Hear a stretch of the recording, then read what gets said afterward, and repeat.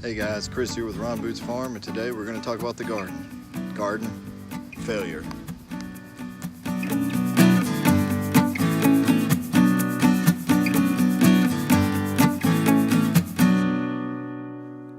Guys, as you can see, the garden is overgrown by weeds. Most people might call it a failure. As I said in our last couple of videos, we had a lot going on this summer. Garden kind of got away from us, but actually, like I said, you could say it was a failure. But earlier in the summer, we had more tomatoes than we knew what to do with. I never even staked most of them, or any of them actually. I got some tomato baskets around some of the other plants, but the tomatoes over there in the last 3 rows, I never even staked them or anything. And but we had more tomatoes than we knew what to do with. We were eating them and we were giving them away and giving them to the chickens. Squash, we had quite a few squash and zucchini before the squash bugs, and vine borers got them. And this mulch actually turned out pretty well. We mulched with straw this year. It was the first time I had done that. But for the most part, you can see there's some grass down there, but if I'd have done any weeding at all, I mean, I didn't pull a single weed this whole spring or summer, and so this is what we ended up with. So overall, compared to other gardens I've had in the past where you tried to weed and all that and it still had grass and everything in it, this worked pretty well. If I'd have just pulled any of these bigger weeds as we went along, it would have turned out pretty well. And the watering, like I said, we went almost, I think, right at 60 days with no rain. And I was watering it early in the summer, at least trying to water it every couple of days. But with everything we had going on and then being out of town, we just didn't have time to do it. So plans for next year, and I'll probably do another video, talk a little about it more in depth, but we're going to try to put some irrigation over here, and we're going to expand the garden. If you can see down there, if you see that where it looks dead, that was where we had the chicken fence out, where the chickens could get out on this grass when it died in the pens. And that also sat there and grew up tall with weeds, kind of like these, but taller. And I just pulled that up the other day and mowed that area. That's why it's kind of looking dead there, because there was so much tall weeds shading all that out. But we're gonna expand the garden over to the right side of the door there, the gate going into the chicken pen, come down, and at some point we're gonna slope back over here to the original edge here, just so we have some, we don't want to come all the way down because there's not much room to come around, to drive around the fence there. And so we don't want to come all the way out to the garden and be out in here and not leave much room to drive around. So we'll at some point angle over, but then we want to get back, we're going to expand it out to that gate. Also, I'm going to I've already talked to the neighbor about trimming this tree up, so we'll get that either trimmed up or cut completely out. It's right in the fence, and then get that cleaned up down there. But yeah, that's our plans. Got some other plans. Like I said, I might do another video. Just wanted to put one out quick. Show, like I said, kind of a garden failure. But again, if we'd have never planted it, we wouldn't have got anything. And earlier in the spring, we had more tomatoes and squash and banana peppers than we knew what to do with. So we'll go over now and check out the manure garden. If you've seen those videos, and check it out. It's an even bigger failure than this one. All right, welcome to the jungle, or what was the manure garden, if you've seen those videos.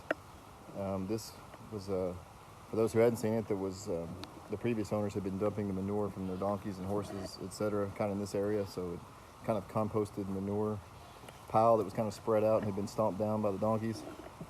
We put that fence in down there, fenced the donkeys out of this area. We're eventually going to put a fruit orchard in here. But we went ahead and planted some squash and different things in this area just because of the manure, and thought it would be a good place. But again, with the heat, I think we watered this one time, never watered it again.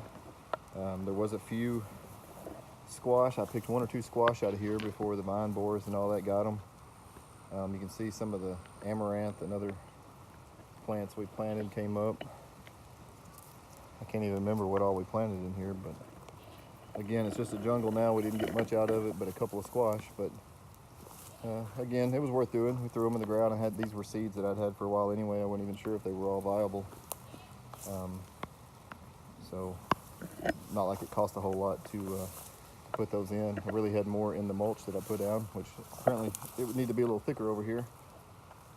I'm not seeing too much. There's something that we planted. I can't even remember what that was. But that was something. There's some more of it right there. Not seeing any of the squash plants. They're all gone now. So again, you could call it a failure, but you don't ever get started if you don't try. And we weren't expecting all the things that came up this summer. But hey, get it in the ground, you see what grows. There's some things out here I need to come and pull this amaranth and feed it to the chickens before it's all gone. And at least get a little bit of feed out of it for them. But that's it. I'm going to call it on this one. It's raining out here. I'm getting wet. Phone's getting wet. And we'll try to get another video out by the end of this weekend. Catch y'all on the next one. This is rat snake number 10 that I've pulled out of the chicken coop this year since the spring. This one's not near as big as the other ones. 3 feet long maybe.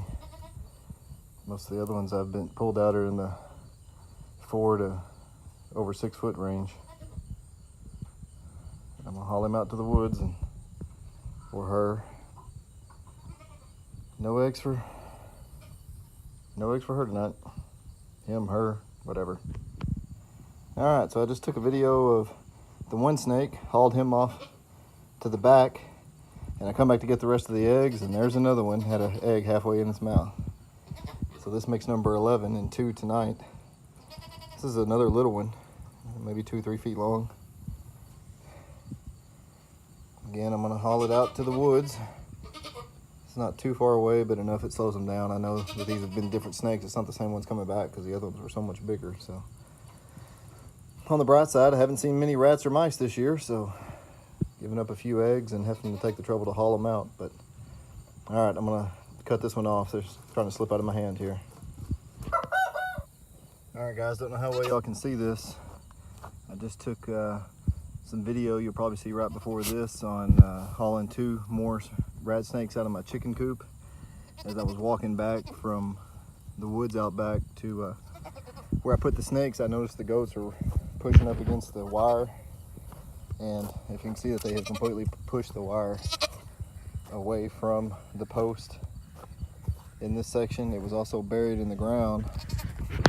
And we buried the wire 3 to 4 inches all the way, but they've been pushing on it so much, I don't know if you can see that they have completely pulled it up. So if they figure that's not in there, it won't be long where they'll push on this and get it completely out. So it's like 9:30 at night and I'm out here. I'm not gonna be able to film it when I do it, but I'm gonna have to restaple this wire. Donkeys, I do not need your help. To this post to keep them from getting out, and then I know it. I'm not happy about it either. We'll have to see about fixing it correctly later. I'm just gonna nail it back up for now and try to push the wire back in. Hopefully these donkeys will get out of my way so I can do that. So we'll get that done.